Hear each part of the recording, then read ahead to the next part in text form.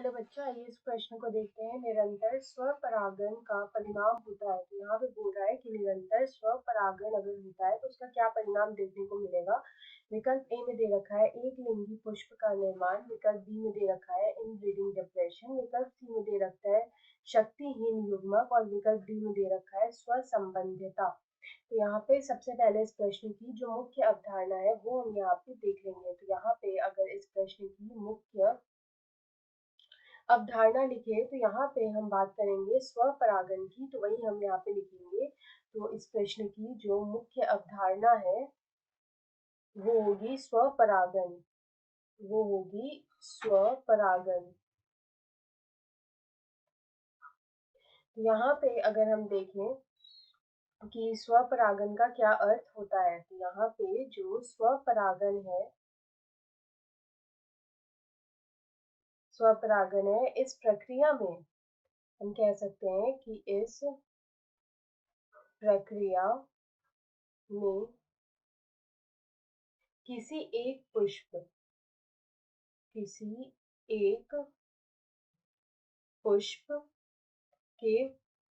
किसी एक पुष्प के परागकणों, किसी एक पुष्प के जो परागकण होते हैं उनका स्थानांतरण होता है।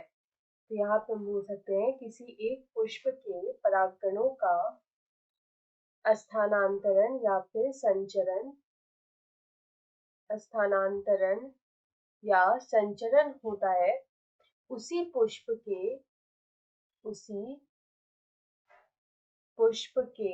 वर्तिकाग्र पर, उसी पुष्प के वर्तिकाग्र पर या फिर हम कह सकते हैं अथवा उसी पौधे पर उत्पन्न अन्य पुष्प के वर्तिकाग्र पर, अथवा उसी पौधे पर उत्पन्न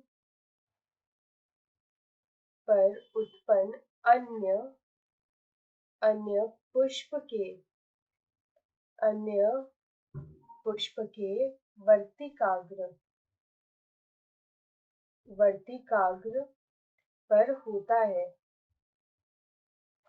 तो यहाँ पे क्या होता है स्वपरागण में, यहाँ पे जो है इस प्रक्रिया में एक पुष्प के जो परागकण होते हैं उसका स्थानांतरण होता है उसी पुष्प के वर्तिकाग्र अथवा या फिर उसी पौधे से उत्पन्न दूसरे पुष्प के वर्तिकाग्र पर, उसको हम स्वपरागण कहते हैं। तो यहाँ पे अगर निरंतर स्वपरागण होता है, तो यहाँ पर अगर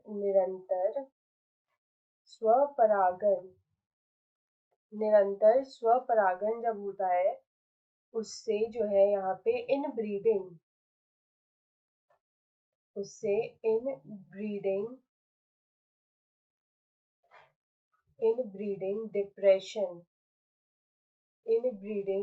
डिप्रेशन जो है वो यहाँ पे होता है।